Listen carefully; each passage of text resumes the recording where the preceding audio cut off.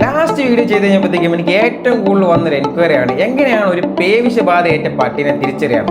പേ പിടിച്ച പട്ടി എന്ന് കേൾക്കുമ്പോൾ തന്നെ നമ്മുടെ മനസ്സിലേക്ക് ആദ്യമേ വരുന്ന ചിത്രം എന്ന് പറഞ്ഞു കഴിഞ്ഞാൽ വായിന്ന് നുരയും പതയൊക്കെ ഒലിപ്പിച്ച് വളരെ അഗ്രസീവ് ആയിട്ടുള്ള ഒരു പട്ടിയല്ലേ. എന്നാൽ അത് പട്ടിയുടെ മരണത്തിലേക്ക് എത്താറാകുമ്പോഴത്തേക്കാണ് പട്ടി ആ സ്റ്റേജിലേക്ക് എത്തുന്നത്. അതിനാഴ്ചകൾക്ക് മുമ്പ് തന്നെ പട്ടി ഓൾറെഡി ഇൻഫെക്റ്റ് ആയിട്ടുണ്ട്.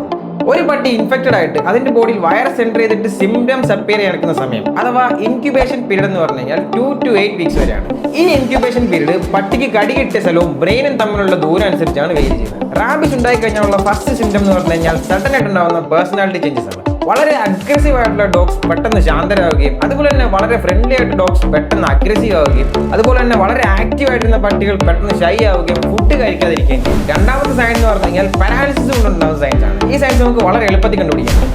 പേ പിടിച്ച പട്ടികളെ ശ്രദ്ധിച്ചാൽ നമുക്ക് മനസ്സിലാവും അവരുടെ വായ എപ്പോഴും തുറന്നായിരിക്കും. അതുകൊണ്ട് തന്നെ അവരുടെ വായിൽ നിന്ന് എപ്പോഴും ഡ്രൂളിംഗ് ഉണ്ടായിക്കൊണ്ടേയിരിക്കും. അതുപോലെ തന്നെ അവരുടെ ത്രോട്ട് മസിൽസ് പാരലൈസ്ഡ് ആയതുകൊണ്ട് തന്നെ വളരെ കഷ്ടപ്പെട്ടായിരിക്കും അവർ ഉരയ്ക്കുന്നത്. അതുകൊണ്ട് അവരുടെ ശബ്ദത്തിലും ചെറിയ വ്യത്യാസങ്ങളൊക്കെ നമുക്ക് മനസ്സിലാക്കാം.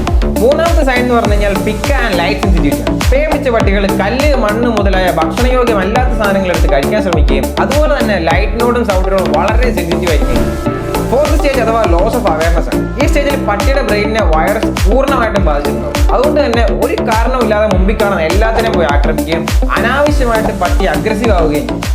ഒരു പട്ടിയുടെ ബോഡിയിൽ റാബിസ് സ്പ്രെഡ് ചെയ്യാൻ മാത്രമുള്ള വൈറൽ ലോഡ് ആക്കി കഴിഞ്ഞാൽ ഒരു 10 ദിവസം വരെയൊക്കെ പട്ടി ജീവിച്ചിരിക്കുള്ളൂ. എന്നിരുന്നാലും ഒരു പട്ടി നിങ്ങളെ ആക്രമിച്ചു കഴിഞ്ഞാൽ 72 hours ഡോക്ടറെ കാണുകയും കൃത്യമായിട്ടുള്ള വാക്സിനേഷൻ സ്വീകരിക്കുകയും ചെയ്യണം. എങ്കിൽ മാത്രമേ ഉള്ളൂ നിങ്ങൾക്ക് റാബിസിൽ നിന്ന് രക്ഷപ്പെടാൻ പറ്റും. ഒരു പട്ടി കടിക്കാൻ വന്നാൽ എന്ത് ചെയ്യണം, എന്ത് ചെയ്യാൻ പാടില്ല, ഒരു പട്ടി കടിച്ചു കഴിഞ്ഞാൽ എന്ത് ചെയ്യണം, what is post exposure prophylaxis, ഈ കാര്യങ്ങൾ അറിയാൻ വേണ്ടിയിട്ട് റാബിസ് എന്ന് കമന്റ് ചെയ്യുക. So share this video with your friends and family. Stay healthy, stay curious. See you next video.